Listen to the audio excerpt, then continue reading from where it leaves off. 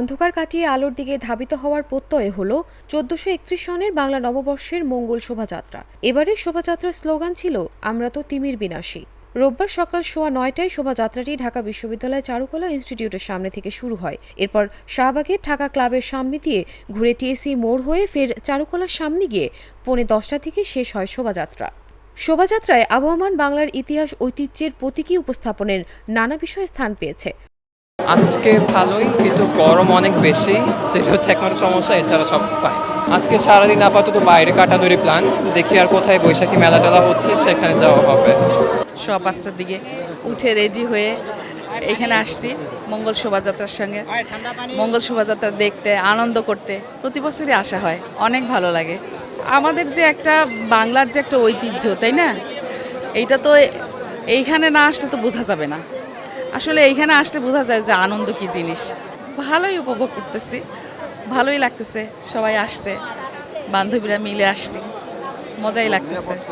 শোভাযাত্রায় নিরাপত্তার কড়াকড়ি থাকলেও তারুণ্যের উচ্ছ্বাসের কাছে হার মানে সবকিছুই। ঢাকঢোলের বাদ্যের তালে তালে তরুণ তরুণীদের নৃত্য, হৈ হুল্লোড় আর আনন্দ উল্লাস মাতিয়ে রেখেছিল পুরো শোভাযাত্রা। খুবই ভালো লাগছে।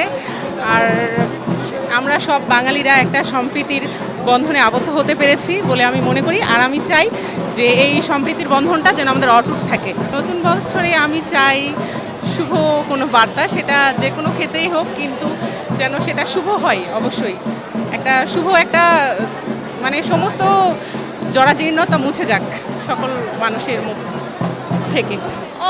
দেখতেই পাচ্ছেন খুব ভালো আছি, ভাই বন্ধু সবাইকে নিয়ে, আত্মীয় স্বজন সবাইকে নিয়ে চলে এসেছি, খুব এনজয় করছি। বাংলা আমার প্রাণের ভাষা, সেই ভাষাতে আমি কথা বলছি, গান করছি, আন্দোলন করছি। আমার নববর্ষ আমি উদযাপন করছি। এখানে কেউ বাধা দেওয়ার নেই, কেউ বাধা দিতে আসলেও সেসব উচ্ছিষ্টরা উচ্ছিষ্টের মতো ডাস্টবিনে চলে যাবে।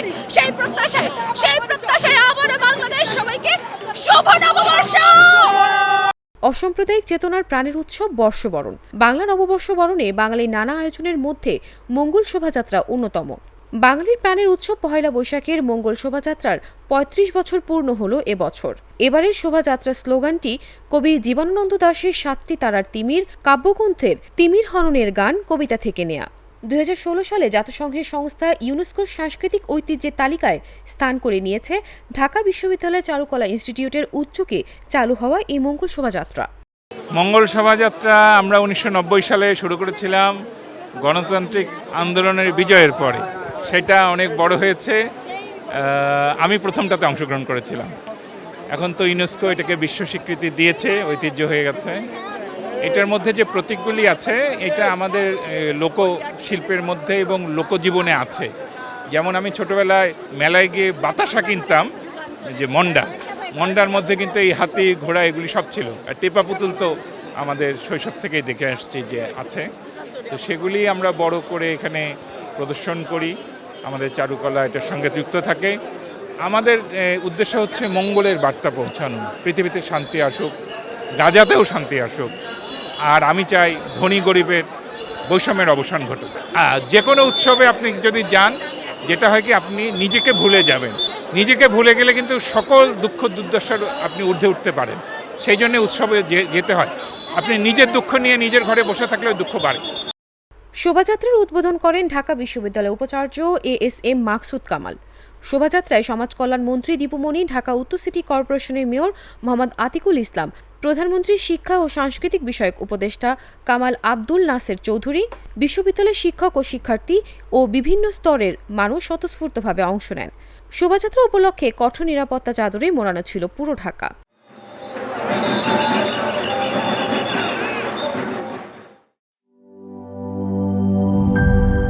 She is brave. She is free. A generous soul with many possibilities. Glaze Skin.